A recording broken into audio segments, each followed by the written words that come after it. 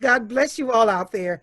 Here we are again, and we have our guest back with us today, and we're talking about the Ella Baker Center. And I'm going to have you again introduce yourself and talk about what the Ella Baker Center is all about and why we're here today. Wonderful. So my name is Ash Lynette, and I am the Senior Resource Organizer over at Ella Baker Center. So my role is that I collaborate with our donors and supporters to find ways to connect folks more deeply into our work. And the Ella Baker Center is named after civil rights hero Ella Baker, and we organize with Black, Brown, and low-income people to build power and prosperity in our communities. All right, absolutely. Can you tell us a little bit more about Ella Baker, what she was doing? Definitely. Hmm. Yeah, so the way we do our work is that we believe that our goal is not merely to advocate for others, right, but to lift people up who are directly impacted and give them the opportunity to advocate for themselves. Okay. So you mostly work with the prisoners, industrial complex, what's going on with the community in terms of the homeless, and try to Mhm. keep people from becoming inmates and try to help the inmates become citizens again in the community. Let's talk a little bit more about that. And we need money to do this. Oh, money, money, money, everything runs with money. But hey, you got to have stamps. So you want to send some information to the inmates so to know their rights and what they're entitled to. Got to have stamps, and that costs money. So let's talk about some of the needs that we have for money at the center. Definitely. Yeah. So, one thing that we're doing now is in order to celebrate the incredible members of the Ella Baker Center family, between Mother's Day, which is May 10th, and Father's Day, June 21st, we'll be highlighting a story of people who are organizing to win justice and opportunities for our communities. And that is a part of a bigger push to have more folks join us as monthly donors and be sustainers for the movement and for our organization. Okay, so the movement now. Let's talk about that movement. And we want people to support the movement. And a lot of us have people, family members or neighbors or, distant relatives or friends that have been incarcerated or are incarcerated. So we all been touched by this in one way or another, especially people of color. So Mhm. we want to make sure that everybody has someone that can support them in some kind of way. And if you cannot support direct an individual, you can support indirectly through this program by donating. And just if you just send some stamps, that's an effort. That's an effort to donate to support. So but we need cash too. So, and I say we because I'm down there volunteering when I can too. That's right. So, yes. So let's talk about how we get some money in there and what we need the money for. Sure. So, um, our work, so we organize locally, statewide, and nationally to fight to end prisons. And so, our work locally is in Oakland mostly. We are fighting against the criminalization of unsheltered folks and trying to repeal all of Oakland's ordinances that do that. And so, we've been organizing as part of a coalition called Heal Not Harm, with folks who are unsheltered to figure out to let them lead and figure out how we can fight and push the city council members to repeal these ordinances. We're also working at the county level to fight against the sheriff, who has been trying to increase his bloated budget, asking for $300 million over the next 3 years to increase his staffing. And whereas we think that that money could be much better spent in community, on community resources, supporting folks instead of having them to have to go to jail to access things like mental health care and healthcare Oh, services. boy. That is so true because they're using the jails basically to get rid of people who have mental issues. You know, Mm-hmm. I mean, the homeless, to get them off the street, they put them in jail. So And that can happen to anybody. Anybody can become homeless. I mean, what are we, 2 paychecks away from being out there in the street? And with these rent increases that we're dealing with over the last couple of years, and now here we are, people have lost their jobs. I think a lot of people are finding out how slippery that slope is, when it comes to the possibility of becoming homeless. A lot of people couldn't pay their rent on the beginning of this month, and they can't pay it on the first of the next month. Mm-hmm. So there's a lot of fear going on right now with individuals who are out of work. And to be able to catch up that is quite an ordeal. So what we want to do is we want to stop it now, stop the flood of poverty flowing over people. And what we can, if we have a little money to donate what we can now so we can have the strength to offset this. So let's help some of these men and women that are incarcerated. And so what kind of services are you providing right now? What are you doing right now in terms of getting information out and how the money's being used? Yeah, so we're using our funds to continue fighting, to continue organizing within community. We're also pushing right now to for the release of people, so people both at Santa Rita jail locally and statewide. And so we're in communication with folks at the governor's office. We're really trying to fight for rapid decarceration to get people home now, because we know that COVID-19 is already in our jails and prisons, and we can't wait another day to get people home. Yes, there are a lot of people in there. Santa Rita, they have about 15 people in there now with the virus. I know Santa Clara's got them, in San Francisco County Jail's got them. So I mean, it's just every place. The prison system, yeah, and everybody's being locked down in their cells on a regular basis now. They don't even get a chance to get out to get that vitamin D from the sun because they're locked in. I understand they can go out once a week to take a shower, and but they take turns going out like one at a time. It's really bad. Mm-hmm. Even the food is even less than it was because they have to eat on trays in their cells. Mm-hmm. It's pretty bad. Those trays don't allow any room for a decent amount of food. They're eating like children, like infants, like toddlers, and that causes a lot of stress too. We're going to have a lot of problems with this, a lot of problems. People think they're stir crazy in their apartments and homes right now.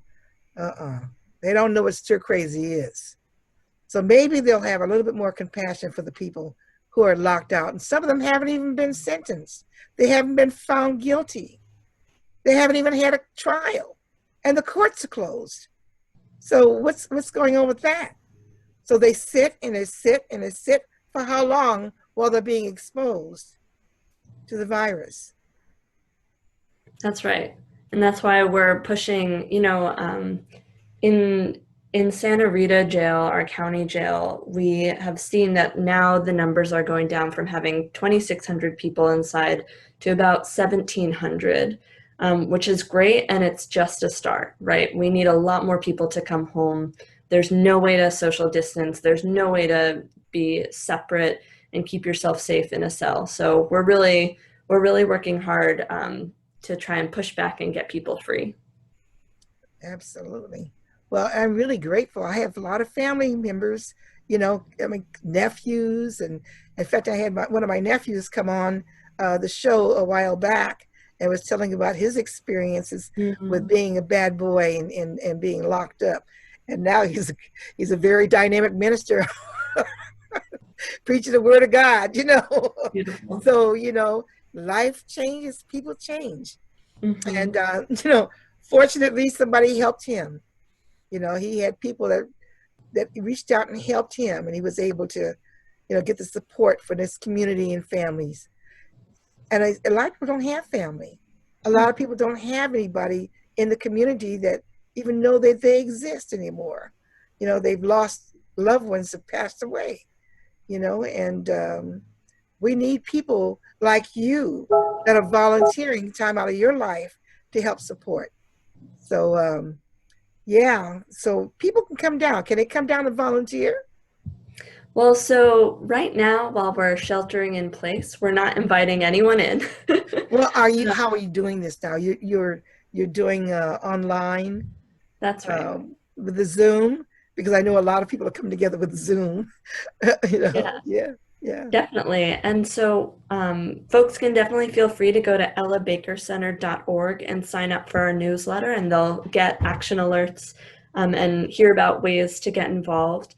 The other thing I would say is if you want to check out ellabakercenter.org/SRJ Watch, that's Santa Rita Jail Watch, that's a page that we are keeping updated with different action items people can take to help reduce the population in Santa Rita Jail and fight against the sheriff's bloated budget.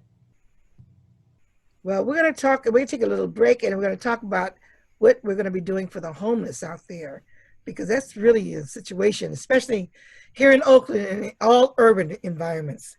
It's bad. It's bad. Okay, and we're back, so we're going to talk about this now. Now let's talk about the homeless, and what are you guys doing with the homeless?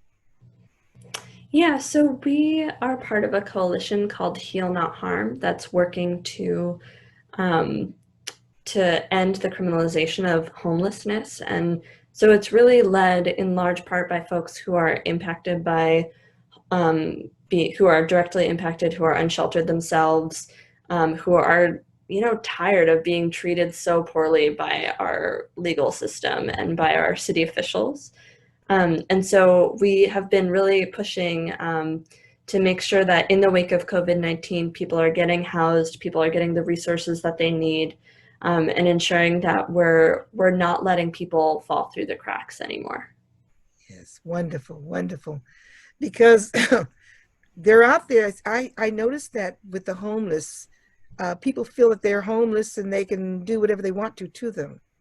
Mm. They get mistreated a lot, and because they feel like there's nobody there that's going to defend them, so they can do what they want to Mhm. them. I know a homeless person who had got sick and had to go into a convalescent home, and Mm. everybody in the convalescent home was wearing masks, and they didn't bother to give him one. Ugh. Yeah, and so it was like 4 days he was there before he can get a mask.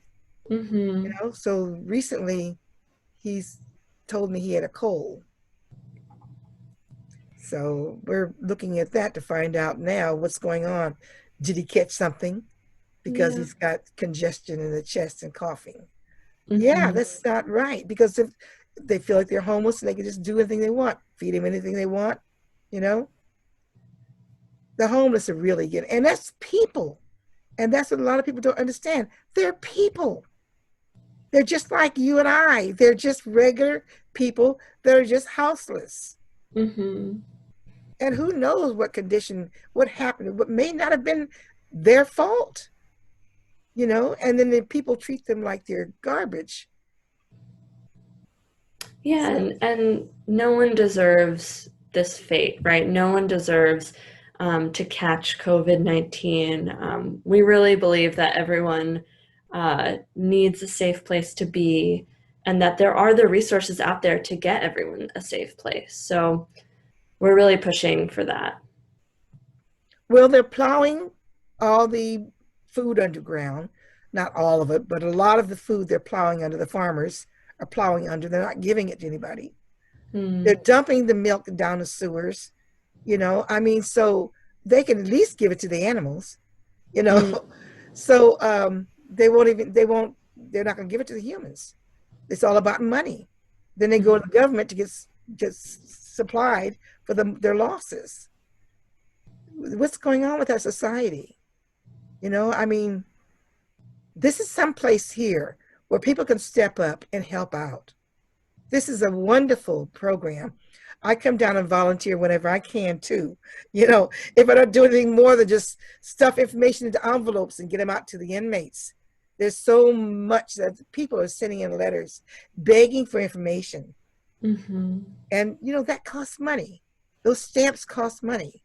Volunteers can come and do things, and we could do it online as well in our homes, you know, and we can provide the envelopes ourselves, and stuff. They print out the information off the email that comes from you guys, and stuff the envelopes, get the mailing list, and we can send those out. Those a lot of places we can volunteer in that way. That's But we right. also need cash to pay the rent, to pay the phone bills, to keep these Mhm. things going, the utilities in the offices. We got to keep these things going. And so that takes cash. And it doesn't have to be a lot of cash, but just hey, $5 a month, $4.95 a month, come on. Everybody can do a little bit of something, even if it's not a big amount. If we all come together and support programs like this, that we can get a lot of accomplished. And for those who have more can do more. But for those who have little, whatever you have to offer is wonderful. Absolutely wonderful and appreciated. Yes, Yeah. And yes. right now, we're running this particular campaign because we know that, now more than ever is the time to support movement work that is, winning the kind of long-term change we need, right? And so it's not just about this one moment of COVID-19. It's not just about like the individual people who are coming home or the individual wins that we're having, but this idea that like, the arc of history bends toward justice, right? And so we have to keep pushing forward and keep fighting no matter what. Absolutely. Absolutely. This is the season. This is the season for justice. That's right. I mean, someone said something a while back that this is the era of accountability, you know, Mm, and all this abuse that has been going on against people of color, you know, hmm. as well as other individuals. I mean, it's not just people of color, but it's a majority of the people that are being stomped on, you know, in the so-called justice system, Mm, injustice systems, we got to call it, that's right. are African Americans and Latinos. I mean, it's the brown skinned people, you know. Mm. I mean, Filipinos get caught up in here too. Even though they're classified as Asians, their skin's a little brown. Uh, Indian people now are starting to understand what it's like. So because their skin is brown, and they're starting to understand what's happening here. I'm sure they've been exposed to that kind of attitude other places, but they're sure learning it here. This United States is it's got to get better, and it will not get better unless we all come together and work together. And Mhm. it takes money because that's what this country understands. Everything costs. Everything costs. The landlord is not donating the office space for free, right? Well, Even we though, are the landlord now. yes, oh, that's right. That's right. You guys finally got the building. You Yeah. finally got the building. That's right. Co-owners. Yeah, the Hmm. new building, the new location. And Yeah. it's housing a lot of nonprofit organizations in Hmm. that building. That's So right. can you name some of the organizations that are in that building? Definitely. So the building is called Restore Oakland. It's over in the Fruitvale.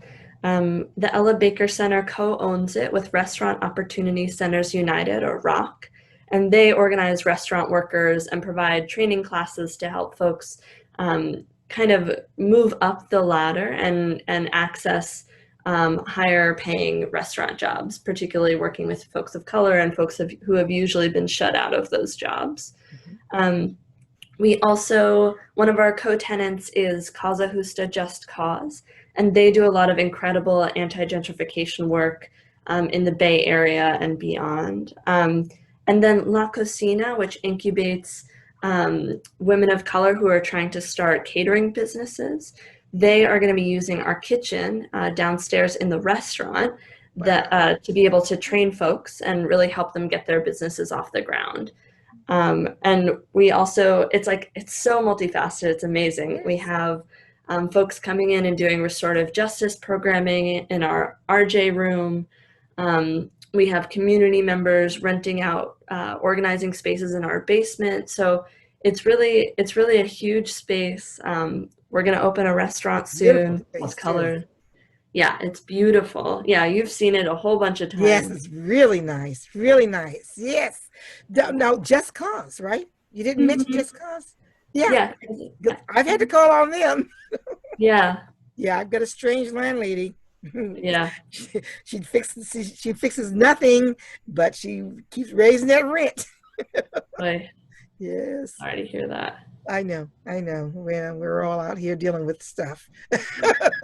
That's right. So one day I'll make the leap into my own house again, my own home, and get out of these apartments where these landlords have a tendency to bang you in the head on a regular basis. You Mm. know, they're just greedy, greedy, greedy. You know, I can't tell you how many times this woman has pulled the money out of this. She has refinanced this building. She never Mm. for almost nothing. Hmm. Backdoor deal from the banks was never advertised. It was a foreclosure, and but that's what happens. They make the deals with their buddies in the back doors of the banks, and they pay low prices, under market prices for properties, and somebody else has to pay the difference. And then they just get richer and richer and keep raising the rent. It's pitiful. Yeah. There's a lot of people getting ready to get put out in the street right away. Not me, but there's a lot of people with children that couldn't pay their rent this last month, and they Hmm. won't be able to pay their rent on the first. Hmm. So, and yeah, you're going to have a lot of people, and you have people down there at your building that's fighting that too, trying to Hmm. keep people in their homes. Yeah, Yeah, that's well, right. this is a wonderful thing. This money is really necessary. It's very necessary. And I hope people understand how necessary it is. And the people that are suffering, this is not just adults.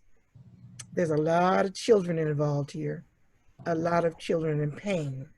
And if they could see the faces of these children that have parents that are incarcerated, if they would see in their eyes, you know, I think that a lot of people would have a lot more compassion for individuals that are incarcerated, Mm. you know, especially for petty things.